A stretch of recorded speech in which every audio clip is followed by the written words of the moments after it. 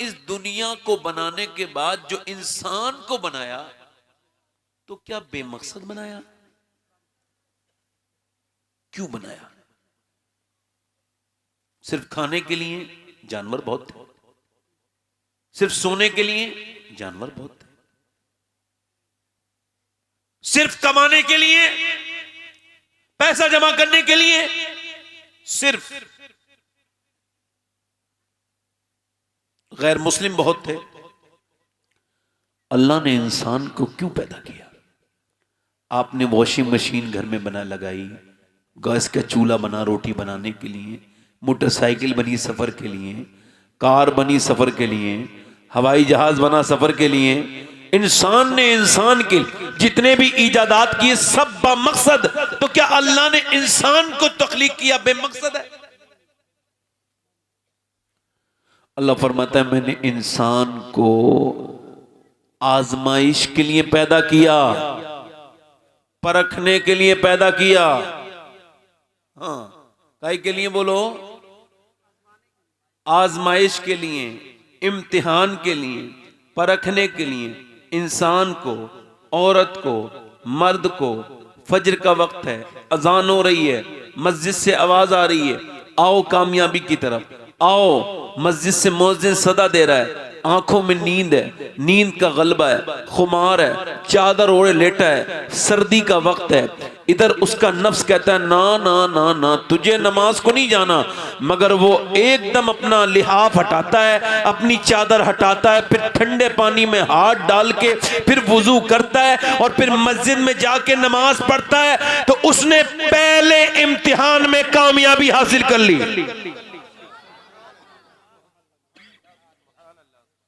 पहले इम्तिहान में कामयाबी, और अगर सोता रहा तो फेल हो गया। अब वो अपने घर से निकला, कोई वाहियात किस्म की बेगैरत औरत, बदतमीज खराब कपड़े पहने हुए, सख्त जो है वो सख्त कपड़े, फिटिंग के कपड़े पहने हुए जा रही है, अपने जिस्म की नुमाइश करती हुई। अब इसकी आंख पड़ी, इसने नजर झुका ली एकदम कि नहीं हराम है, अब नहीं देखूंगा, मैं नहीं देखूंगा, नजर झुका ली। अल्लाह के रसूल फरमाते हैं अगर तू अपनी नजर की हिफाजत करेगा और फिर जब तू नमाज पढ़ेगा तो तेरा दिल इस बात की गवाही दे देगा कि तेरी नियत भी पाक है, तेरी इबादत भी पाक है।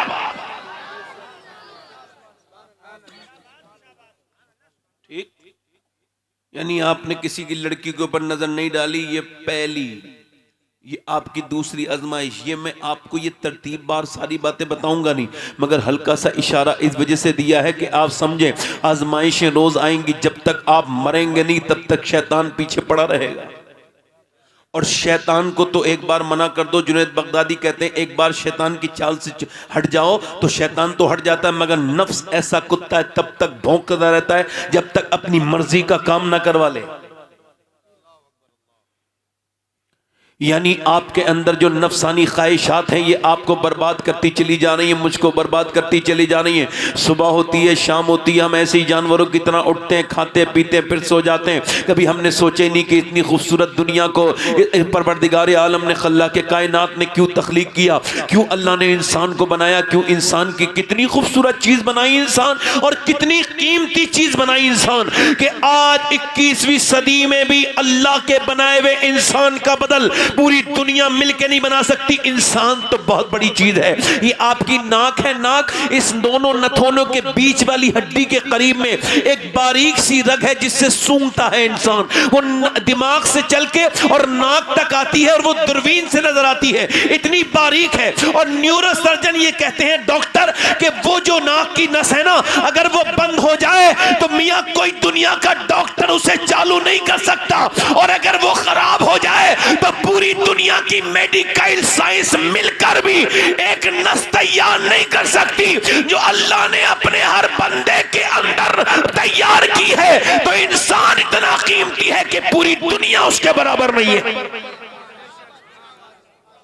दुनिया की सारी लेबोरेटरी, दुनिया के सारे आला, दुनिया के सारे डॉक्टर, दुनिया की सारी मेडिकल साइंस, दुनिया की सारी चीजें अल्लाह की बनाई हुई इंसान के बराबर नहीं है। मगर इंसान समझ नहीं पा रहा है, उसको दिमाग नहीं, उसको शऊर नहीं, उसको इदराक नहीं, उसको खबर नहीं कि वो कैसी नेमतें लिए बैठा है। हजरत शेख सादी कहते हैं, मैं निकल के जा रहा था, चलते चलते चलते चलते रास्ते में मेरे पाँव के जूते टूट गए। जब जूते टूटे तो मेरे पाँव में गर्म जमीन पे चलने की वजह से छाले पड़ गए, और छाले जब फूटे तो उसके अंदर जख्म बन गए। मैंने दुआ की, अल्लाह अब चला नहीं जाता, इतना तो दे दे मालिक जो मैं जूते खरीद दूं। कहते अगले मोड़ पे मुड़ाऊं तो मैंने देखा एक आदमी था, उसके दोनों पांव नहीं थे, और अचानक उसे देख के मैं सजदे में गिर गया और मैंने कहा अल्लाह मुझे माफ कर दे, मेरी आंखें कितनी जल्दी खुल गई। मेरे पास पांव तो है, उसके पास तो पांव ही नहीं है।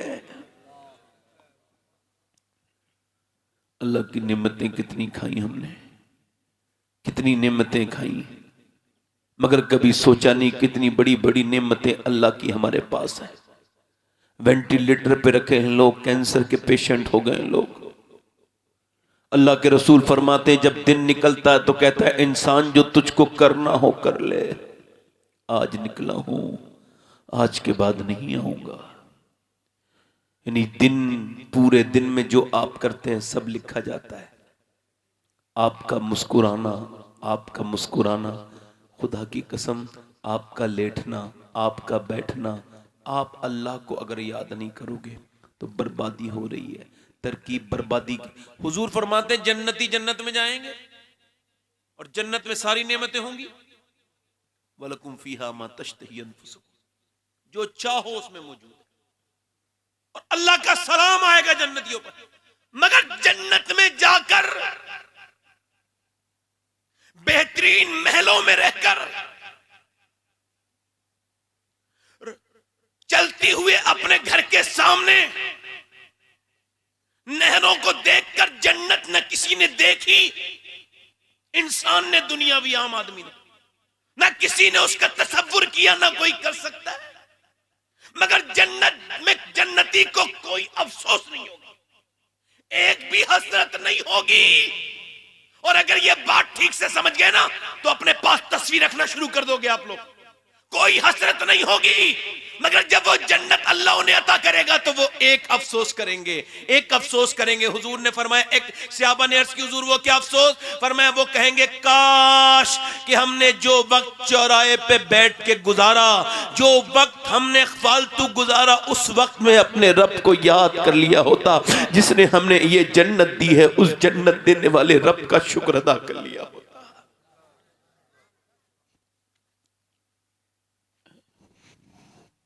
मियाँ जब मौत आती है तो हर आदमी कहता है मैं तौबा कर लूँ, मैं तौबा कर लूँ, मैं तौबा कर लूँ, मगर मौत कब आएगी ये खबर किसी को नहीं।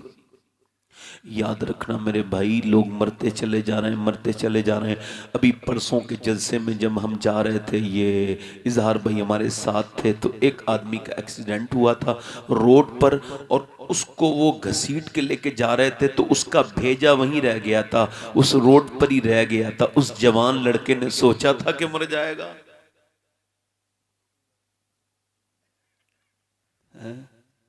किस दुनिया से दिल लगा लिया जो किसी की हुई नहीं आज तक।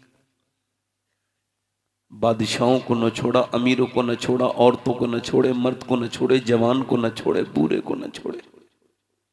नशे में लग गया इंसान, नशे में लग के अपने रब को भूल गया इंसान। अम्मा आयशा कहती हैं एक रात हुजूर ने मुझसे कहा आयशा इजाजत दो, मैं अल्लाह के सामने नमाज पढ़ना चाहता हूँ रात का वक्त। सर्दियों की रातें, मैंने अर्ज की हुजूर आप मालिक का नहीं, आयशा इजाजत दो, रात आपकी है, इजाजत दोगी तो नमाज पढ़ूंगा। अम्मा आयशा कहती हैं मैंने हुजूर से अर्ज कर दी या रसूल अल्लाह आप मालिक हैं। मेरे नबी ने उसी वक्त मेरे आका ने नमाज पढ़ना शुरू कर दी।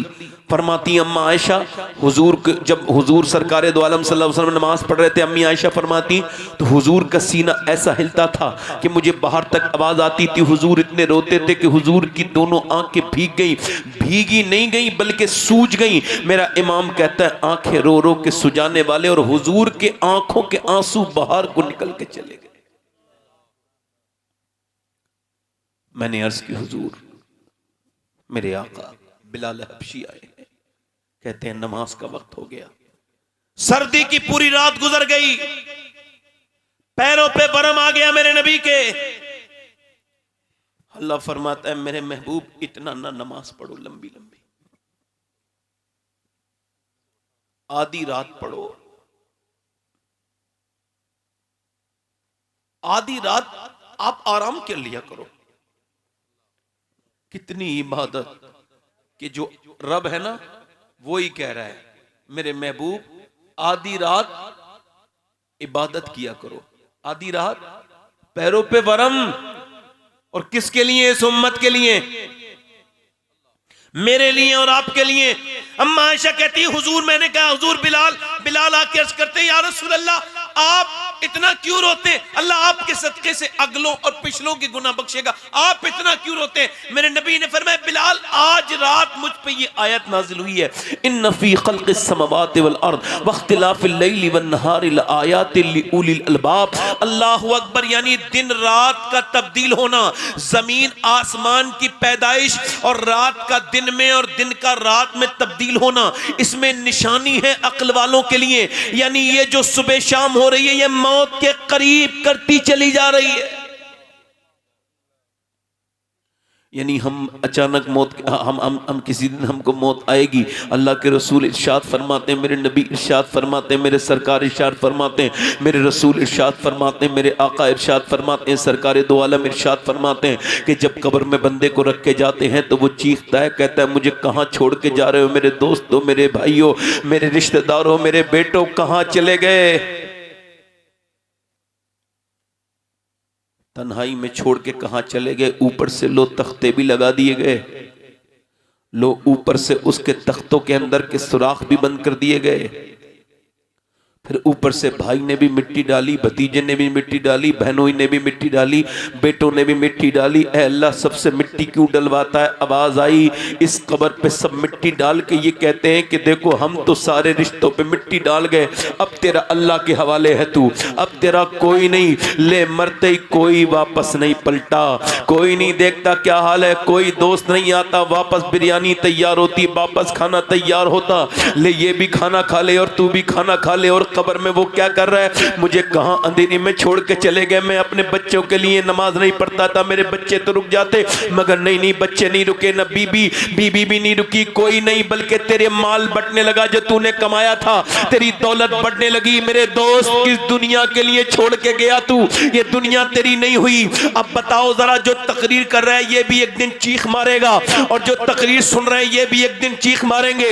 एक दिन कब्र में ये बंदा भी जो तकरीर कर रहा है चीख चीख कर इसकी भी, ये भी कब्र में जाएगा और इसकी भी चीख निकलेगी। जरा मुझे बताओ, वहां पर जब फरिश्ते आके पूछते हैं तेरा रब कौन है, वो कहता है मेरी बीबी कहाँ है, मैं कहाँ आ गया, मेरे बच्चे कहाँ हैं, मगर वहां बच्चे नहीं है, वहां बीबी नहीं है, वहां कोई नहीं है। ये कहता है, फरिश्ते कहते हैं बता तेरा रब कौन है, तेरा दीन क्या है, और इनके बारे में क्या कहता है? ना वहां बीबी कम है ना बच्चे हैं। मैं तो कहता हूं कि कब्र के बाहर बच्चे रह जाएंगे, बीबी रह जाएगी, उनसे मोहब्बत मत करो, उनसे दिल मत लगाओ। जिन्हें कब्र के बाहर रहना है, दिल लगाना है तो उससे लगाओ, जिसे कब्र के अंदर आना है। जब तुम कहोगे बीबी तो नहीं है, बच्चे तो नहीं है, भाई तो नहीं है, बहनें तो नहीं है, मगर अगर तुम आशिक़ रसूल बन के कब्र में जाओगे, नबी से वफादारी करके जाओगे, तो जब मेरे नबी कब्र में तशरीफ लाएंगे, फरिश्ते पूछेंगे ये कौन है, तुम कह दोगे यही तो मेरे आका है, इन्हीं के लिए तो मैं रोता था, यही तो मदीने वाले हैं, मैं मदीने में चुप चुप के रोता था, यही तो मेरे सरकार हैं जिनके बगैर मुझे सुकून नहीं था। मेरी जिंदगी इसी नबी के हवाले है, सब कुछ मैंने नबी की रजा के लिए किया है। फरिश्ते कहेंगे फिर तुझे खुशी हो कि यहाँ रिश्तेदार तो नहीं मिलेगा, मगर मदीने का ताजदार मिलेगा। नारे तकबीर, नारे रिसालत, अज़मते मुस्तफा शहज़ादे गौसे आज़म। यानी जब तू मर गया तो कब्र में हुजूर आए, बोलो तो आला हज़रत फरमाते कब्र में लहराएंगे ताहशर चश्मे नूर के, जलवा फरमा होगी जब तलात रसूलुल्लाह की, तो क्यों अल्लाह ने तुझको पैदा किया मेरे दोस्त? मैं यही सवाल आपसे फिर कर रहा हूँ, क्यों यूट्यूब देखने के लिए पैदा किया नौजवानों? तो आपसे पूछता हूँ, इंस्टाग्राम देखने के लिए पैदा किया? 3-3 घंटे 4-4 घंटे इंस्टाग्राम देखते रहते हो। बताओ, ये बताओ, जो जिस हाल में मरेगा उसी हाल में उठाया जाएगा। अगर कोई लड़का गंदी तस्वीर देखते देखते मर गया तो एक लड़के ने गंदी तस्वीर देख रहा था, रिश्तेदार आ गया, बंद कर लिया मोबाइल, लॉक लगा दिया, मगर थोड़ी देर के बाद भूल गया, लॉक खोला तो वही तस्वीर फिर सामने। अब रिश्तेदार को देख के शर्मा गया। मैंने उससे कहा, देख तेरे रिश्तेदार ने तो आज देखा है, मगर तेरा परवरदिगार तो तुझे रोज देखता है। तेरी आंखों पर जो भी तू करता है तेरा रब तुझको देख रहा है। मेरे दोस्त, मेरे भाई, मैं तुझसे कर्ज करता हूं, मेरे भाई, मेरे अजीज, उन आंखों से हुजूर को देख सकता है जिन आंखों से तूने घटिया फिल्में देखी, तस्वीरें देखी, नीम बरहना औरतें देखी? तू क्या समझता है तेरी आंखें ये तेरी हैं? जिसकी एक आंख नहीं है उससे पूछ आंखें किसे कहते हैं? जिसकी आंखें नहीं है उससे पूछ आंखों का क्या होता है? मैं जब मदीने गया अभी 1.5 महीने पहले, तो मैंने गुंबद खजरा थोड़ी देर 2-3 घंटे नहीं देखा, बैठा रहा हरम में। किसी ने कहा देखते क्यों नहीं? मैंने कहा पहले धो तो लूं आंखों को, बड़ी गंदी हो गई हैं। कैसे देखूं अपने सरकार का दर, कैसे मदीने के दरो दीवार देखूं? खुदा ना करे कि गंदी तस्वीर पे फेसबुक पे कोई देख के मर गया।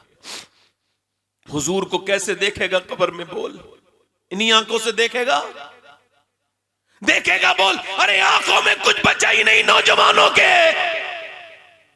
तन्हाइयां बर्बाद है मेरी कौम के लड़कों की, इन्हें फेसबुक ने बर्बाद कर दिया, यूट्यूब ने इनके ईमान का गला घोट दिया। जिस इजराइल की तुम मुखालफत करते हो ये सब उसी के आले हैं जिनमें हम फंसे हुए हैं। अगर जिंदगी पूछना है किसके लिए है तो न यूट्यूब के लिए है, न इंस्टाग्राम के लिए है, न ट्विटर के लिए है, बल्कि बरेली से ताजुश शरिया की आवाज आ रही है। जिंदगी ये नहीं है सभी के लिए, जिंदगी है नबी की, नबी के लिए। ये तो पोते ने कहा, मगर दादे ने तो उससे आगे की बात कही। दादा ने कहा जमीनो जमा तुम्हारे लिए, मकीनो मकान तुम्हारे लिए, चुनी न चुना तुम्हारे लिए, बने दो जहां तुम्हारे लिए, हम आए यहां तुम्हारे लिए, उठे भी वहां तुम्हारे लिए। ए मुसलमान, जब तेरा जनाजा निकले तो तुझे ना कहना पड़े बल्कि अल्लाह के फरिश्ते कह दे ये वो जा रहा है जिसने पूरी जिंदगी आमना के लाल से वफा की।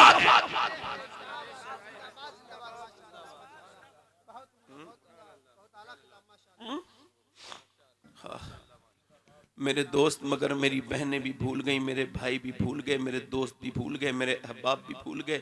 मुझे बताओ, एक आदमी एक जगह इलाके का ये उसूल था।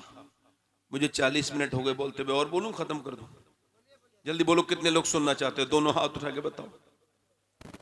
दिल लग रहा है? जोर से बोलो। ये जरा ये घुटने छोड़ दो वरना नींद आ जाएगी। घुटने छोड़ के सीधे ऐसे बिल्कुल तगड़े होके बैठो। जोर से बोलो सुभान अल्लाह। मजबूत होके बोलो सुभान अल्लाह। भाई जोर से बोलो सुभान अल्लाह। और दिल लगा के बोलो। अब मेरी बात को सुनिएगा, जरा गौर कीजिएगा। एक जगह ऐसा था कि वहां का रिवाज था कबीले का, वो बादशाह बनाते थे 5 साल के लिए। कितने साल के लिए? और फिर मुंतकिल होती थी हुकूमत 5 साल के बाद।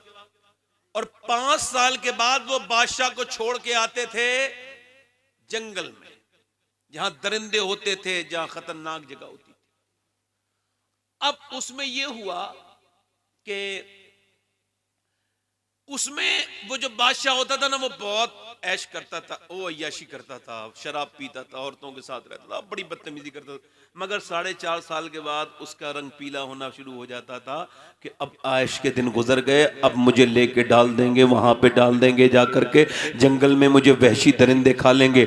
एक बादशाह बड़ा समझदार, अकलमंद नहीं, अकलमंद, मेरी और आपकी तरह अकलमंद नहीं, वो अकलमंद था। उसने सोचा यार जाना मुझे जहां है वहीं की तैयारी मुझे करनी है। एक दिन भी सुकून से नहीं बैठा, ना शराब को हाथ लगाया, ना कोई गंदा काम किया।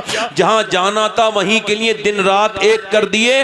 उसने वहां के सारे दरिंदे मरवा दिए, बेहतरीन घर वहां बना दिया, बेहतरीन कोठी बना दी। और जैसे ही 5 साल गुजरे, लोगों ने देखा वो तो खुश था। लोगों ने कहा सब बादशाह जब जंगल को भेजे जाते थे रोते हुए जाते थे, तुम बड़े मुस्कुराते हुए जा रहे हो। उसने कहा मैं मुस्कुरा के इस वजह से जा रहा हूं कि मैंने वहां की तैयारी पहले ही कर रखी थी, अब मुझे वहां जाने का अफसोस नहीं। मेरे दोस्त, यूं ही ये दुनिया है, अगर इसके ऐश में रहेगा तो मरते वक्त तेरा चेहरा मुरझा जाएगा, मौत का तसव्वुर तुझे परेशान कर देगा। इतने दिल से अल्लाह की इबादत कर कि जब तेरी मौत आए तो तेरा चेहरा बिल्कुल खिल जाए, मुस्कुराने लगे, मुस्कुराने लगे, मुस्कुराने लगे। मेरी बहनें बैठी हैं, मेरे भाई बैठे हैं, मेरे दोस्त बैठे हैं। टोपी वाले भाई कहां जा रहे हो? दुरूद शरीफ पढ़ ली। कहां जा रहे हो भाई? अच्छा ठीक है, यहां कयामत तक प्रोग्राम चालू है, आप लाइए, हम आपका इंतजार करेंगे। दुरूद शरीफ पढ़िए।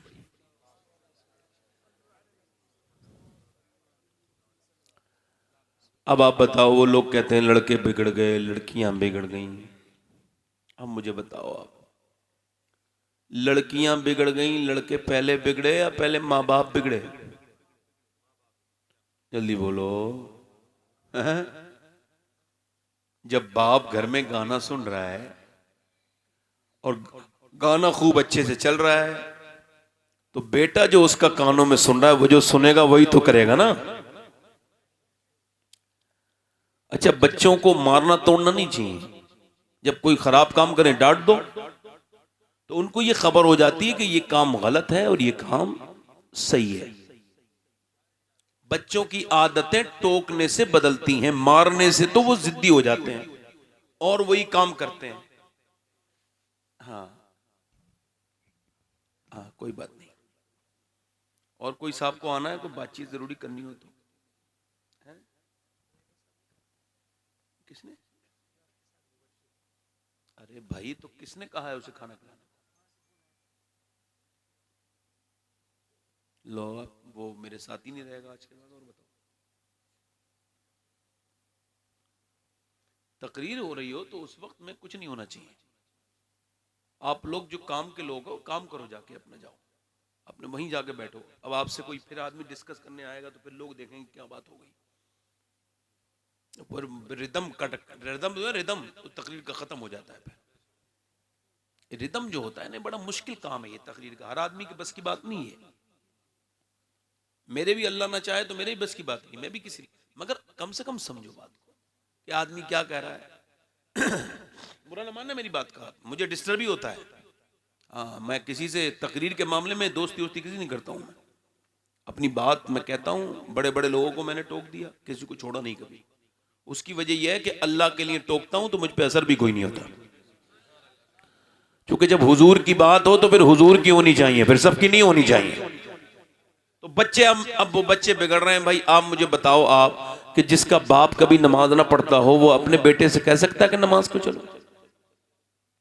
जिसके बाप ने कभी नमाज ना पढ़ी हो, अब आप जरा गौर करें, वो कैसे कहेगा अपनी, जिसकी माँ ने कभी नमाज ना पढ़ी हो, वो अपनी बेटी से कह देगी लो साहब, वो कहते हैं फलां की बेटी भाग गई, फलां की बेटी ने नाक कटा दी, फलां की बेटी बिगड़ गई, फलां की बेटी हो। बेटी तो बड़ी नेक होती है, बेटी तो बड़ी शरीफ होती है, बेटी तो इज्जत वाली होती है, इज्जत देने वाली होती है, इज्जत बढ़ाने वाली होती है। बेटियां तो बाप के जनाजे की रौनक होती है, बेटी तो घर की रौनकें होती है, बेटी तो घर में रहमतें होती है। जिस घर में आंगन में बेटियां हो, वह अल्लाह की रहमतें बरसती है। अल्लाह उनको खूब रिज़्क़ देता है जिनके घर में बेटियां हो। मगर तुमने ये कहा कि बेटी बिगड़ी, नहीं नहीं, बेटी नहीं बिगड़ी। पहले तो बेटी की माँ बिगड़ी, और माँ इस कदर बदतरीन किस्म की बिगड़ी कि उसने देखा ये जितने लड़के खड़े होकर पेशाब करते हैं, ये जितने लड़के खड़े होकर पेशाब करते हैं, कानों में लीड लगा के गाने सुनते हैं, ये जितने लड़के कानों में लीड लगा के गाने सुनते हैं, खड़े होकर पेशाब करते हैं, जितने वाहियात ये नाचते हैं शादियों में, ये ज़नखों की तरह जो नाचते हैं, इन सब की माओं से पूछ लो कि जब ये के पेट में थे तो उन्होंने फिल्में देखी थी, गाने सुने थे कि नहीं? कसम दे के पूछो। जो कि ऐसा किया नहीं होता तो बच्चा ऐसा नहीं होता। जो कि माँ का असर बच्चे पर होता है, जैसी माँ वैसे ही बच्चा, जैसी माँ वैसे ही बेटी। जरा गौर करो, बेटी अब क्या देख रही है, जरा तवज्जो करना। बेटी जो है वो बेटी की आंख खुली है और वो उसने माँ के वो पैदा हुई है, उसके बाद थोड़ी बड़ी हुई है, फिर थोड़ा शऊर आया है, थोड़ी अक्ल आई है तो उसने टीवी देखना शुरू कर दी। वहीं बाप बेहया बैठा है, वहीं भाई बेगैरत बैठा है, वहीं माँ बैठी है और उसके अंदर टीवी चल रहा है और टीवी में गलत गंदे सीन आ रहे हैं और गंदी फिल्म चल रही है। दो लड़के लड़की आपस में लिप लॉक कर रहे हैं, इसकी माँ भी देख रही है। और जैसे ही हीरो हीरोइन मिले अम्मी खुश हो गई, हीरो हीरोइन मिले नहीं अम्मी रोने लगी, वहीं पे आंसू बहाने लगी। यही ड्रामा देखते देखते 11 साल की हुई, 12 साल की हुई, 15 साल की हुई कि जब हीरो हीरोइन मिलते नहीं तो अम्मी रोती है और जब वो भाग जाते हैं अम्मी खुश हो जाती है। वो 17 साल की हुई, 18 साल की हुई, 20 साल की हुई। जब उसने देखा कि अम्मी जब खुशी हो जाती है अब्बा भी खुश हो जाते हैं तो वो भी भाग गई किसी के साथ कि मेरी अम्मी तो खुश हो ही जाती है। अम्मी कहने लगी हाय मेरी नाक कट गई। उसने कहा नाक कट गई, मैंने कहा नाक तो बाद में कटी है बेहया, पहले तो तूने अपनी बेटी को ये गंदी तस्वीर फिल्म दिखाई। अरे तू जा करके टीवी के सामने रोई, जितना टीवी के सामने रोई है ना, अगर इतना अपने अल्लाह के सामने मुसल्ला बिछा के रोई होती तो तेरी बेटी नाक न कटाती, सर फकर से बुलंद कर देती। सर फकर से, सर फकर से, सर फकर से बुलंद कर देती, सर फख्र से बुलंद कर देती। अब मेरी बात को सुनिए और ध्यान दीजिए, मेरी बात पे गौर कीजिए। मैं आपसे अर्ज कर रहा हूं, इसका मतलब यह है कि मां जो करती है उसका असर। अब आपको बताऊं, मेडिकल साइंस ने इस बात को वेरीफाई किया कि मां जो भी करती है उसका असर, करना ना करना अलग, मां की सेहत का असर भी बच्चे पर होता है। यानी जब प्रेग्नेंट मूवमेंट में औरत होती है, औरत कमजोर तो बच्चा कमजोर पैदा होता है। औरत के अंदर जिस खून की कमी तो बच्चे के अंदर भी खून की कमी होती है। याद रखें इस बात। जब मेडिकल साइंस ये कहता है कि जब तुम डॉक्टर के पास जाओ तो डॉक्टर कहता है तुमसे अगर तुम ये चाहती हो बच्चा ताकतवर हो तो बादाम खाना, सेब खाना, सेब से आयरन बढ़ता है, बादाम से आयरन बढ़ता है। चाहती हो विटामिन डी बढ़े तो तुम ऐसा करना, अमरूद खाना विटामिन सी के लिए, संतरा खाना, नींबू खाना। अब मुझे बताओ, अल्लाह का बनाया हुआ सेब, संतरा, अनार, अमरूद अगर मां खाए तो बच्चे पे असर हो जाए तो क्या अल्लाह का कुरान मां पढ़ेगी तो बच्चे पे असर नहीं होगा? बोलो, असर होगा कि नहीं होगा? अब बच्चा पेट में है, गाने चल रहे हैं, बर्बाद कर दिया उम्मत को। और तो तुमने, मेरी बेटी हो, तुमने बच्चों के ईमान पे डांके डाल दिए। तुमने गीबतें की, तुमने गाने सुने, तुमने फिल्में देखी, तुमने कुरान नहीं पढ़ा।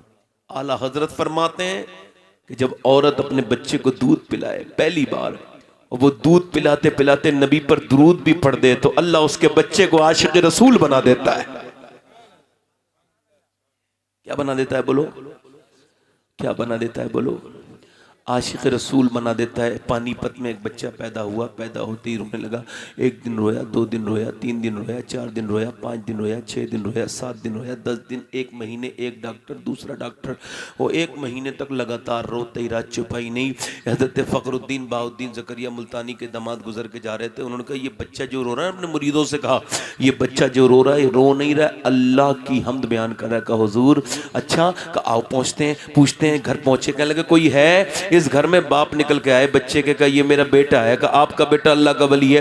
कहा आपका दिमाग तो ठीक है, ना खुद सोया ना सोने दिया है और आप इसको वली कह रहे हैं? कहा लाओ मेरी गोद में ला के दो। गोद में ला के दिया, एक कान में कुछ पढ़ के फूंका, दूसरे में बच्चा खामोश हो गया। कहने लगे साहब ये बताएं आपने क्या पढ़ के फूंक दिया? बड़ी बड़ी दवाओं के बाद ठीक नहीं हुआ, बड़ी बड़ी हमने डॉक्टरों को दिखाया। क्या बाद में बताऊंगा, पहले बताओ क्या इसकी माँ कुरान की हाफिजा है? कहा तो सुनो, जब ये अपनी माँ के पेट में था ना तो इसकी माँ कुरान पढ़ती थी। उठते बैठते चलते फिरते खाते पीते रोटी बनाते सोते जागते उतना कुरान पढ़ा कि बच्चे को पेट में कुरान सुनने की आदत पड़ गई। और जब बच्चा वो पैदा हुआ तो माँ जचकी में चली गई, कुरान पढ़ना बंद कर दिया। जब कुरान पढ़ना बंद कर दिया, माँ ने बच्चा कुरान पढ़ा नहीं। बच्चे को कुरान सुना नहीं तो वो कुरान की तिलावत सुनने के लिए रोता था।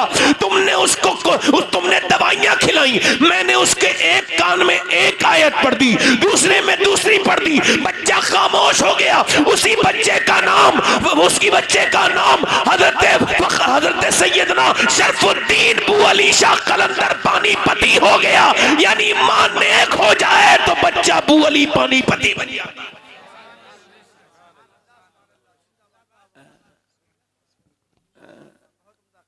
हमारे यहाँ कहते हैं कि मैं नानी को देखो, आपके यहाँ भी कहते हैं? पहले लोग नानी को देखते थे, रिश्ता करते थे, कहते थे नानी तक देखो। अरे अब तो नहीं देखते, पहले देखते थे, नहीं देखते थे? क्या कहते थे बोलो? नानी नेक तो फिर मां नेक, और मां नेक तो बेटी नेक। ये कहते थे नानी, और नानी सिर्फ ये लोग नहीं दिखाते, पहले तो इस्लाम नानी दिखाता है। इस्लाम कहता है नानी अगर देखनी है तो मक्के की खदीजतुल कुबरा देखो, और अगर मां देखनी है तो मदीने की फातिमातुज़ ज़हरा देखो, और अगर बेटी देखनी है तो करबला की ज़ैनब कुबरा देखो।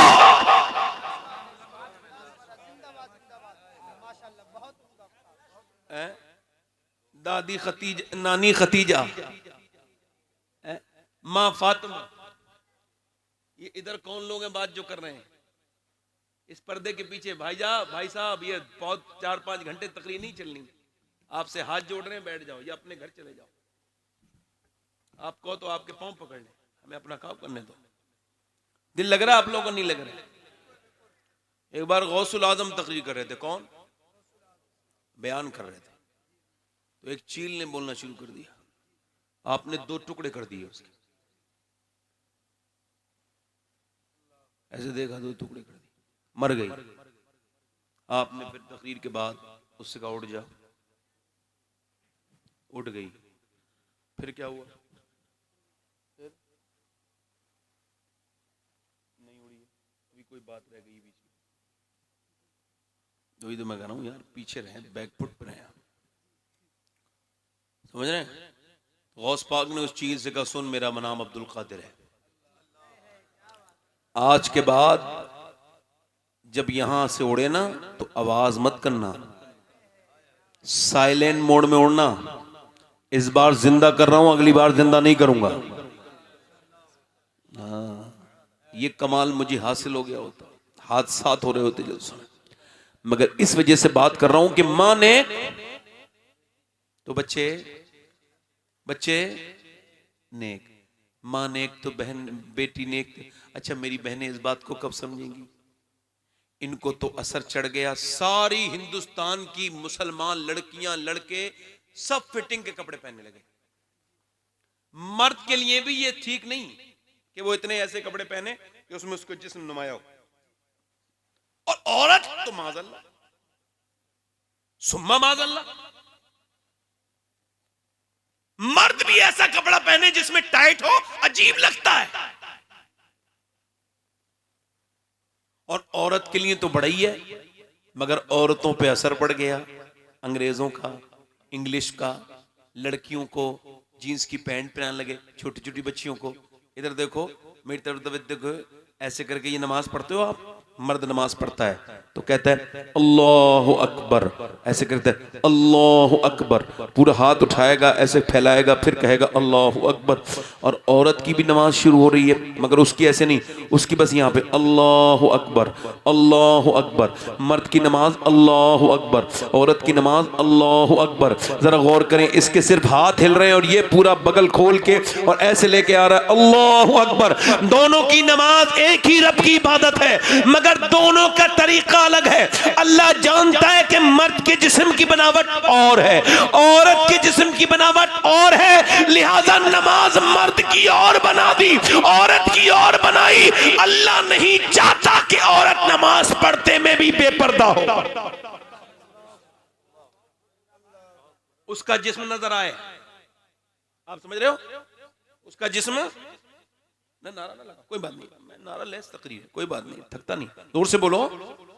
नहीं उसको ये तवज्जो है, मेरी बात पे तवज्जो है, गौर करो। अब सुनो, ये हमारे मौलाना आशिक हुसैन साहब अपनी बीबी को लेके हरम शरीफ गए, इन्होंने उसका हाथ पकड़ा और ये अपनी बीबी को लेके सफा मरवा की सही कर रहे हैं। अब ये सही के लिए निकले, जैसे ही वो लाइट निकली जहां से दौड़ना था, इनकी बीबी दौड़ने को शुरू हुई। कहा नहीं तुम नहीं दौड़ोगी। उसने कहा नहीं, इन्ना सफा वल मरवा था मिन शायरिल्लाह, सफा मरवा अल्लाह की निशानी है। खातून इब्राहिम दौड़ी थी, हाजरा आप मुझे क्यों नहीं दौड़ने दे रहे? कहा वो जब दौड़ी थी तो अकेली थी, तुम नहीं दौड़ोगी। तुम अगर हरम में दौड़ोगी तो तुम्हारी बेपर्दगी हो जाएगी, लिहाजा तुम नहीं दौड़ सकती। अल्लाह ने मर्द का हज अलग बना दिया, औरत का हज अलग बना दिया। ये समझे, ये जो औरतें पहनती है ना सख्त टाइट लिबास आजकल माज़अल्लाह, जिसमें औरतों का जिस्म जाहिर होता है। हुजूर ने फरमाया आखिरी जमाने में औरतें कपड़े पहनने के बावजूद बरहना होंगी, यानी उनके जिस्मों पे कपड़े होंगे टाइट लिबास। माज़अल्लाह, तौबा तौबा, अस्तगफिरुल्लाह, ला हौला वला कुव्वता। जहर में बुझा हुआ तीर है ऐसी औरतें, शैतान का, इब्लीस का। लोगों के ज़हनो दिल पर एक अजीब से असरात मुरत्तब करती है माज़अल्लाह। अब देखो, ये मर्द की नमाज है, ठीक है, और ये औरत की नमाज है। मर्द मरा 3 कपड़े, औरत मरी 5 कपड़े। शरीयत अलग हो गई। मर्द के घर पे कोई आए तो वो उसे सलाम करे, वो उसे जवाब दे, और औरत के लिए हुक्म है कि कोई गैर मर्द हो तो मुनासिब यह है कि उसके सलाम का जवाब न दे। जवान औरत जवान को मर्द को सलाम करे तो उसका जवाब ना दे, चूंकि ये उसकी आवाज। वो उलमा ने लिखा, फुकहा ने लिखा कि जब वो आए और गैर मर्द आए और जब वो आकर के कहे तुम्हारा शौहर है, पूछे, तो ये ना कहे नहीं है, आ जाएंगे, बैठ जाइए, कहां से आए, ना ना ना, वो अपनी आवाज बदले और कहे मुझे नहीं पता कहां है, यानी मर्दाना आवाज करे। और फिर वो कहे कब आएंगे, मुझे नहीं पता कब आएंगे, आवाज बदल के मर्दाना लिबास आवाज निकाले।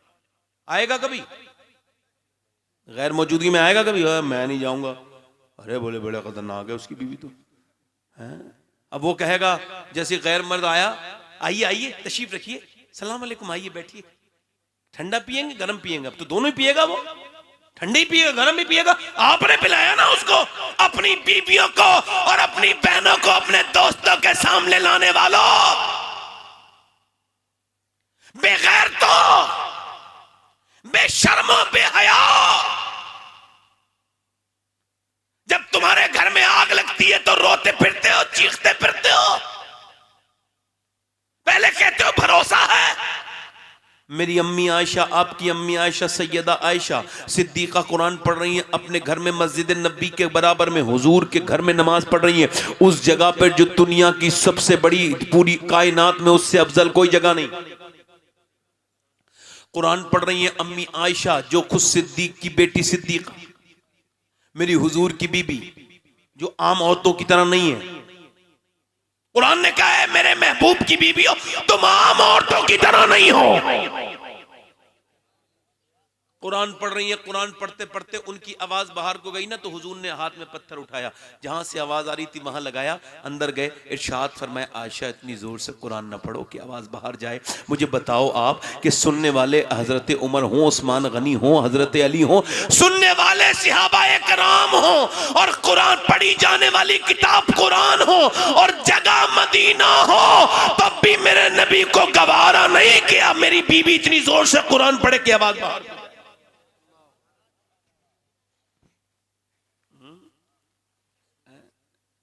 बिल्कुल ही खत्म कर दिया। कयामत का दिन होगा, मेरी बेटियां भी होंगी, मेरी बहनें भी होंगी, हम भी होंगे, आप भी होंगे, सारी दुनिया होगी, सबका हिसाब होगा, हमारा भी होगा, आपका भी होगा, मेरी बहनों। हजरत अली कहते हैं मेरी शादी हुई, जोर से बोलो सुभान अल्लाह। हमारे यहां भी शादियां होती हैं। इधर देखो भाई, सुन लो थोड़ी देर, मेरे भाई सुन लो सुन लो सुन लो। मुझे पता है कि मैं थोड़ी सी आपके मिजाज की तकरीर नहीं कर पा रहा हूँ, वो मजाक वाली तकरीर, वो हंसाने वाली, वो अपने से भाई अल्लाह से डर लगता है, आती तो है मगर अल्लाह से डर लगता है। नहीं समझ रहे बात? मजाक करना अपने से क्यों नहीं आती? अल्लाह से डर लगता है कि यार हुजूर के जलसा है, या तो खौफ होना चाहिए, तो हुजूर का दर्द होना चाहिए। आपके यहां शादी हुई, जो औरत कभी बेपर्दा नहीं वो शादी वाले दिन हो जाएगी। ऐसे तैयार होके माद अल्लाह भाई अपनी बहन को लेके जाता है बेगैरत, शौहर अपनी बीवी। अच्छा ये घर बर्बाद इस वजह से हो रहे हैं कि वो औरतें जो कमा के लाते हैं उन्हें तो कपड़े पहन के दिखाती नहीं, पूरी महफिलों को दिखाती हैं। अब शौहर को दिखाना चाहिए था कपड़े, मगर शौहर को नहीं दिखाया। शौहर के लिए वही मैले कुचैले बेकार से कपड़े जब वो घर में गया था, और मुंह और बना लेती हैं। हाँ, और फिर वो मियां से ताबीज लेने जाती हैं, कोई ताबीज वाला ताबीज दे दो मेरा आदमी मुट्ठी में आ जाए, और ये ताबीज कर रहा है उसकी वाली खुद उसकी मुट्ठी में नहीं है। हालात इस तरह खराब है, और ये ताबीज लेके जा रहे हैं कि ये साहब ठीक कर देंगी। और यार दुनिया की सारी ताबीज एक तरफ, ये औरतें सुन ले, पूरी दुनिया के मियाओं के ताबीज एक तरफ, और नबी की बेटी फातिमा का तरीका एक तरफ कि जब शौहर घर में आए तो मुस्कुरा के सलाम कर दो, तुम्हारे घर में बरकतें। हजरत अली कहते हैं मेरी आपके यहाँ शादी होती है, औरतें कितनी बेहुदा कपड़े पहन के फिरती हैं, ऐसे चेहरे पर माज अल्लाह अपने पाउडर लगा लेंगी, माज अल्लाह कितनी घटिया बात करती हैं, और अपने होठों पर वो सुर्खी लगाएंगी, माज अल्लाह अस्तगफुरुल्लाह माज अल्लाह। कैसी लानतें हैं, क्या बयान करें भाई। आधी आस्तीन इनकी कटी भी माज अल्लाह, और फिर जा रही है बेहुदा शैतान की एजेंट बन के माज अल्लाह। अब सुनो मेरी बात पर गौर करो, मेरी बात पर। अब हजरत अली कहते हैं मेरी शादी हुई, मेरे घर में नबी की बेटी आई फातिमा, सुभान अल्लाह। कहते मैंने देखा नबी की बेटी को, मैं रोने लगा, तो उन्होंने कहा आप शादी वाले दिन रो रहे हैं, क्या तकलीफ है आपको? कहते वो उठ के आई, क्यों रोते हैं? मैंने कहा फातिमा कितनी भी गरीब की लड़की की शादी हो, उस लड़की की ख्वाहिश होती है कि वो जो दुल्हन बने तो एक जोड़ी कपड़े नए पहन ले। मैं देख रहा हूं कि नबी की बेटी जिस कपड़े में दुल्हन बन के आई है उसमें 17 पैमद लगे हुए हैं, और आपके चेहरे पे एक शिकन तक नहीं है। तो नबी की बेटी मुस्कुराई और आंसू पहुंच के हजरत अली से बोली, मेरे अब्बा ने फरमाया था ऐ मेरी फातिमा, अल्लाह कपड़ों से राजी नहीं होता, अल्लाह तो तकवे से राजी होता है। अल्लाह तो तकवे से राजी होता है, हाँ पर्दे से राजी होता है। एक दिन हुजूर अपनी बेटी से मिलने के लिए गए, जाया करो बेटियों से मिलने। मेरी बहनों सुन लो, आपके लिए बता रहा हूं, बेटियों के दुख दर्द सुना करो, बहनों के दुख दर्द सुना करो। अल्लाह तुम्हारी कमाइयों में बरकत देगा। बहनों के घर दिया करो, बहनों के घर जाया करो, बहनों को ना भूल जाओ, उनका भी तुम्हारी कमाइयों पे हक है। जब मिले तो कुछ नजराना दे दो। आजमाई हुई बात है, अल्लाह रिज़्क में बरकत देता है जो अपनी बहन के साथ अच्छा सलूक करता है। हुजूर अपनी बेटी के घर गए, हजरत इमरान साथ में थे, एक सिहाबी थे, एक सरदार थे। वो कहते हैं हुजूर में हुजूर के साथ था, हुजूर ने आवाज दी फातिमा अंदर आ जाऊं। अंदर से आवाज आई अब्बा अकेले हैं तो आ जाए। कहा मेरे साथ इमरान आए हैं, उन्हें ना लाएं अब्बा। और फातिमा मेरी बिटिया क्यों ना लाऊं अब्बा, उन्हें ना लाएं। और मेरी बिटिया क्यों ना लाऊं अब्बा, उन्हें ना लाएं। क्यों ना लाऊं? हुजूर ने कई बार पूछा तो बेटी के अंदर से आवाज आई अब्बा आपकी बेटी के पास इतने कपड़े नहीं हैं कि वो किसी दूसरे मर्द से पर्दा कर सके। एक जोड़ी कपड़े में पैमद लग गए। हाँ, हुजूर अंदर गए, देखा बेटी बिल्कुल कमजोर हो रही है। बाप तो ऐसे ही अपनी बेटी के घर चला जाए तो बेटी बाप को देख के रोने लगती है, मेरा बाप आ गया। मगर ये तो हुजूर है। फरमाया मेरी बेटी कितनी कमजोर हो गई मेरी फातिमा, तेरे चेहरे में गड्ढे पड़ रहे हैं, क्या बात है? अब्बा अल्लाह का शुक्र है। ओ मेरी बेटी बताना, अल्लाह का शुक्र है अब्बा बताना बेटी। कई बार पूछा ना तो बेटी फूट पड़ी, अब्बा और कोई बात नहीं, 5 दिन से आपकी फातिमा ने कुछ खाया नहीं, उसके पेट से पत्थर बंधे हुए हैं, एक पत्थर बंध रहा है। दोनों हाथ उठा दिए मेरे नबी ने, अल्लाह अकबर। फरमाया मेरी बेटी अगर तूने आज 5 दिन से कुछ नहीं खाया है तो तेरे बाप ने आज 9 दिन से कुछ नहीं खाया है। अगर तेरे एक पत्थर बंधा है तो मेरे 2 पत्थर बंधे हैं। मताउन दुनिया कलील मेरी फातिमा, वलल आखिरतु खैरुल लका मिनल ऊला। हमारे लिए आखिरत है मेरी बेटी आखिरत बड़ी है। मेरी बेटी, मेरी लाडली, मेरी फातिमा, क्या तू उसको पसंद नहीं करती कि तू जन्नत की औरतों की सरदारा है। हजरत अली कहते हैं नबी की बेटी दुनिया से रुखसत हो रही थी, हुजूर के विसाल के बाद बर्दाश्त न कर पाई। अल्लाह के रसूल की बेटी 6 महीने तक जिंदा रही। 27 साल की उम्र थी तकरीबन, सिर्फ 27-28 साल। एक का नाम हसन बेटे का, एक का नाम हुसैन बेटे का। सुनो, जिसका बेटा हसन हो, हुसैन हो, ज़ैनब हो, जिसका शौहर अली हो, वो जिएगी नहीं, मगर नहीं, अपने अब्बा के बाद मुस्कुराई नहीं, बिस्तर पे पड़ गई। हजरत अली कैसे कहती थी, अली आपके दिल ने कैसे गवारा कर लिया कि आप मेरे अब्बा को कब्र में की मिट्टी में छुपाए। हजरत अली कहते हैं जब फातिमा के विसाल का दिन आया तो कहा मैंने सारे कपड़े धो दिए हैं, सब काम कर दिए अपने बच्चों के, मैं खुद भी नहा ली, मैंने सब तैयारी कर ली, मैं अपने रब के पास जा रही हूँ, ए अली मुझे माफ कर देना। फिर हजरत अली कहते हैं सैयदा खातून जन्नत, नबी की बेटी, अल्लाह के रसूल की बेटी रोने लगी। तो अस्मा बोली क्यों रोती हैं? उस अस्मा बिन्ते उमैस वो कहती है क्यों रोती हैं, क्या मौत का डर लग रहा है? नहीं, जीते जीते पर्दा किया है। सोच रही हूँ इंतकाल के बाद जब लोग कांधा बदलते हैं ना तो मैयत हिलती है।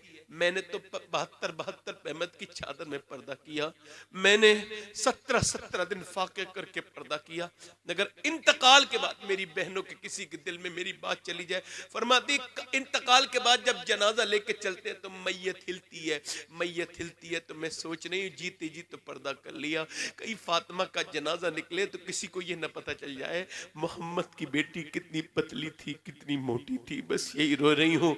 उस दिन के बाद जनाजा ढक के जाने लगा। कहा आपका जनाजा ढक के लेकर के जाएंगे। हजरत अली कहते हैं हाथ उठाए तो हाथों में जख्म थे नबी की बेटी के, और कहा था ए अली अपनी शादी दूसरी कर लेना, मगर मेरे हसन हुसैन का ख्याल रखना, मेरे बेटों का ख्याल रखना। अपने अब्बा के पास जा रही है, 27 साल की उम्र है। मैं कहता हूँ पूरी दुनिया में, पूरी कायनात में ये जो औरतें इधर उधर चली गई, मेरी बेटियां, मेरी बहनें, जिन्हें अंग्रेजों का रंग चढ़ गया, जिन्हें मगरबी तहजीब ने अपना दीवाना बना लिया, वो मेरी बेटियां, मेरी बहनें कल कयामत के दिन किसका दामन थामेंगी, किसके पास जाएंगी? नबी की बेटी के अलावा कौन होगा बता? अल्लाह के रसूल की बेटी सैयदा फातिमा फरमाती हैं हसन हुसैन की अम्मी जो पर्दा नहीं करेगी कयामत के दिन मैं उससे मुंह फेर लूंगी। जो औरत नमाज नहीं पढ़ेगी मेरा उससे कोई ताल्लुक नहीं है। ओ मेरी बहन, मेरी बेटी जो कुरान नहीं पढ़ेगी, अल्लाह के रसूल की बेटी तो जब नबी की बेटी जब झाड़ू लगाती थी तो कुरान पढ़ती थी, जब कुएं से पानी भर के लाती थी कुरान कर पढ़ती थी, रोटी पकाती थी कुरान पढ़ती थी, तभी तो उनके बेटे ने नेज़े पे चढ़ के कुरान पढ़ा।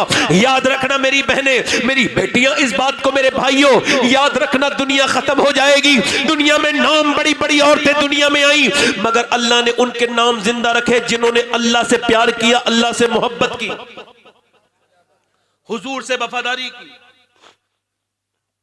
दिल्ली में एक औरत, रात का वक्त है, रो रही है, बदायूं से हिजरत करके दिल्ली पहुंची है, उसका छोटा सा 8 साल का बच्चा भी, वो रो रही है। तो उसका बच्चा उठ गया 8 साल का, अम्मा क्यों रो रही है? तो सलाम फेर के बोली मेरे बेटे मेरे हाथ पे छुपकली गिर गई थी। का फिर सोचा आज तो हटा दिया, आज के बाद मैं कब्र में जाऊंगी, मर सकती हूँ, तो आज तो हटा दिया, कल को कब्र पे अगर हाथ पे कीड़ा आया, बिच्छू चले तो कैसे हटाऊंगी। बस कब्र की अंधेरी को सोच के मेरे बेटे रोने लगी। तो बेटा बोला अम्मा आप तो बड़ी हो, कुछ समझदार भी हो, मैं तो बहुत छोटा हूँ, अगर मैं मर गया और मेरे मुंह में कभी कीड़े आए तो फिर क्या होगा। माँ ने अपने बेटे से कहा चल सजदा कर ले। डराया, ये नहीं कहा कि अल्लाह बचा देगा, कहा सजदा कर ले, अल्लाह फिर तुझ पे करम कर देगा, कब्र का नूर बन जाएगा तेरा सजदा। सजदे में बेटा जाके जब रोया तो माँ भी रोने लगी, मेरे मालिक यतीम बच्चा है मेरा, कबूल कर ले। मेरा 8 साल का भी अपने बच्चों के साथ नमाज पढ़ के देखो, बड़ा लुत्फ आता है। अपने उन बच्चों के साथ जो बिल्कुल कुछ नहीं जानते, उनको साथ खड़ा करके नमाज पढ़ के देखो, अल्लाह अकबर। कभी तुम्हारे तुम्हारे बच्चे तुम्हारे साथ नमाज पढ़ेंगे तो बड़ा लुत्फ आएगा। वो रोती रही, मेरे मालिक मेरे बच्चे कबूल फरमा ले, इसे झुकाना मेरा काम था, इसे अपनाना तेरा काम है। मेरे मालिक मैं बेवा औरत हूँ, कबूल कर ले। ऐसी रोई, ऐसी रोई, ऐसी रोई, ऐसी रोई, मियाँ रोती रही। बच्चा बड़ा होता गया, माँ का इंतकाल हो गया, बच्चे का रंग दिल्ली पे चढ़ गया, बच्चा उसका मशहूर हो गया। माँ का बाद बच्चा भी विसाल कर गया। मगर दुनिया जाके दिल्ली में देख ले, बादशाहों की बीबियों के नाम नहीं है, बादशाहों की बेटियों के नाम मिट गए। मगर जो रात को नमाजें पढ़ती थी उसका मजार 3 बीघा जमीन में बना हुआ है और बड़ा मजार है। हर हफ्ते बुध के दिन उसके मजार पे मेला लगता है। उस बेटी, उस औरत का नाम सैयदा जुलेखा अल मारूफ माई साहिबा है और करीब में उसके बेटे का मजार है। बादशाहों के मजार ढूंढोगे दिल्ली में नहीं मिलेंगे, मगर उसके बेटे के मजार पे रोज मेला लगता है। उसके बेटे का नाम निजामुद्दीन महबूब इलाही है।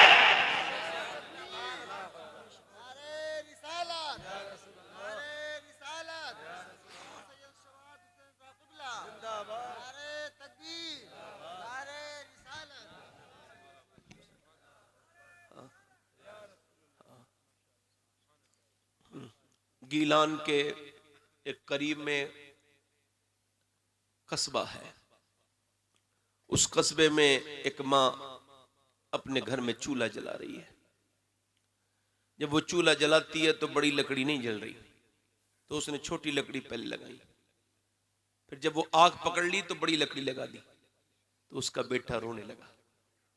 उस माँ ने अपने बेटे से कहा, क्यों रोता है मेरे लाल? वो कहने लगा, अम्मा ये बड़ी लकड़ी नहीं जली तो आपने छोटी जलाई, फिर बड़ी जली।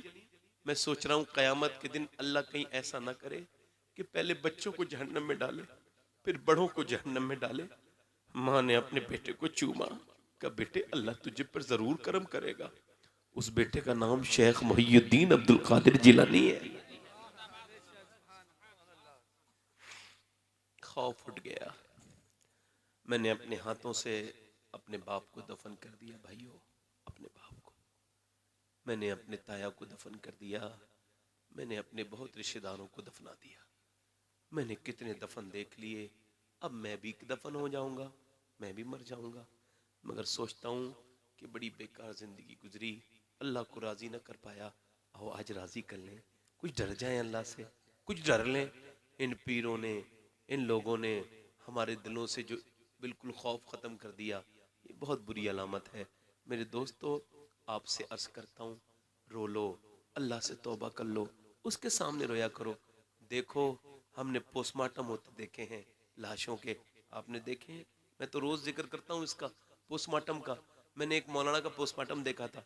आपको बता रहा हूँ, पोस्टमार्टम होता है ना, तो उनके पास पहले होते थे कुल्हाड़ी, कुल्हाड़ी से शराब पी के चीरते थे। अब नहीं है, अब उनके पास गलेंडर है बिजली का, ऐसे डालते हैं ऊपर से, कर कर कर पूरा फाड़ देते हैं, पूरा ऐसे करके रख के पूरा, और पूरा फाड़ देते हैं, मर्द हो या औरत, और फाड़ देंगे पूरा। फिर जो भी चीजें निकालनी निकालेंगे, फिर उसमें लगाएंगे वो टांके, और टांके लगाने के बाद काली पन्नी में लपेट के दे देते हैं। हुजूर फरमाते हैं, मुर्दे का जब हाथ पकड़ता है ना गुस्ल करने वाला, तो वो कहता आराम से जरा हाथ उठा, गस्साल तेरे उठाने से तकलीफ। जब कांधा बदलते हैं ना, तो कहता है लोगों जरा आराम से कब्र में पहुंचाओ, मेरे आसानी से मेरे जिस्म को तकलीफ होती है। ये बताओ, जब इससे तकलीफ होती है तो जब वो पोस्टमार्टम करते हैं तो कितनी तकलीफ होती होगी। तो अल्लाह से दुआ किया करो, अल्लाह पोस्टमार्टम वाली मौत से हम सबको बचा लेना। मेरी बहनों, मेरी बेटियों, क्या दुनियादारी कर रही हो। बरेली में एक आदमी को रीढ़ की हड्डी टूट गई, ठीक नहीं हुआ। 2.5 साल के बाद उसके बाप ने कहा अपनी बीबी को तलाक दे दे। क्यों? का तेरे छोटे भाई से शादी कर देंगे, तेरे हालात तो ठीक होने वाले हैं नहीं। उसने तलाक दे दी। कल तक सब कमाता था, पूरा घर चलाता था, आज रीढ़ की हड्डी टूट गई। बीबी जीते जी छोड़ के भाई के शादी निकाह में आ गई। इसको कहते हैं दुनिया। इसको कम समझोगे, इसको कब समझोगे? ये दुनिया तुम्हारी है नहीं, तुमने इसको अपना समझा है। ये डायन है, हर्राफा है, ये बर्बाद कर देगी। इससे बचो। ऐ मेरे दोस्तों, तौबा कर लो, मौत करीब है। मैंने पहले भी आपसे कहा, मूसा अलैहिस्सलाम के जमाने में एक मूसा अलैहिस्सलाम के जमाने में एक औरत एक आदमी के पास गई, कहने लगी मेरे बच्चे भूखे, मुझे कुछ दे दोगे? उसने कहा मैं तो औरतों का शौकीन हूं, तू रात गुजार दे दूंगा। उसने कहा मैं अपना जिस्म बेचने नहीं आई, बच्चे भूखे मेरे, कुछ देता है तो दे दे, अल्लाह के नहीं होना है, मैं नहीं दूंगा। वो चली गई, फिर आई, कहने लगी बच्चे मेरे प्यास भूख से मर रहे हैं, मेरे बच्चे जो है ना वो बेहोश होने लगे, तुम ऐसा करो कि तुम मुझसे अभी कुछ दे दो, मैं रात को आ जाऊंगी, जो तुम्हारा दिल चाहे कर लेना। उसने कहा ठीक है। उसने दे दिए पैसे। वो रात को आई, जब इसके दरवाजे पर पहुंची, इसके कमरे में पहुंची, उसके हाथ पे इसने हाथ रखा ना, हाथ रखना चाहा तो कांपने लगा हाथ, और कांपने पसीने आ गए और बिल्कुल कमजोर, एकदम रोने लगी। उसने कहा क्यों रोती है, पैसे नहीं मिले? कहा पैसे सब कुछ नहीं होते। कहा फिर?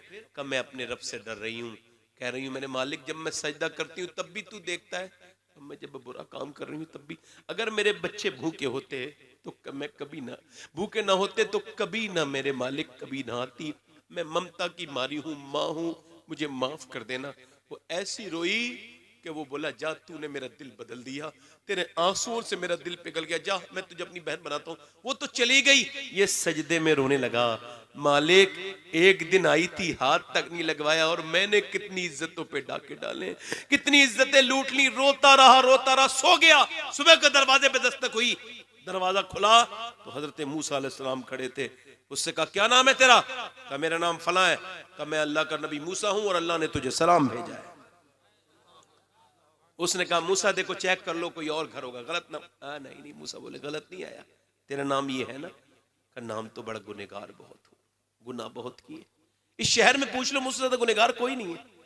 मूसा ने कहा कोई नेकी? का रात एक औरत को छोड़ दिया था, फिर रोया भी हूं। मूसा ने कहा कितना रोया? कि बहुत रोया हूं। कितना रोया? बहुत रोया। कहने लगे मेरे आंसू भीग गए और मैं सो गया रोते रोते। तो मूसा ने कहा तुझे मुबारक हो, अल्लाह फरमाता है ए इंसान तू इतना रो ले कि तेरा आंसू आंख से निकल के गाल तक आ जाए, मैं सारे गुनाह माफ कर दूंगा।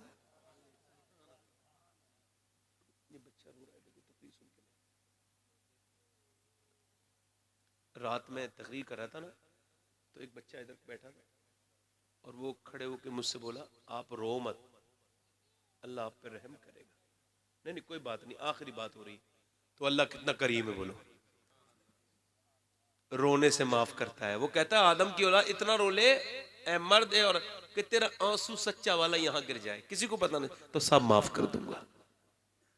तो हाथ उठा के बताओ कितने लोग हुजूर के नाम पे गर्दन कटा दोगे? दोनों हाथ उठा के बताओ।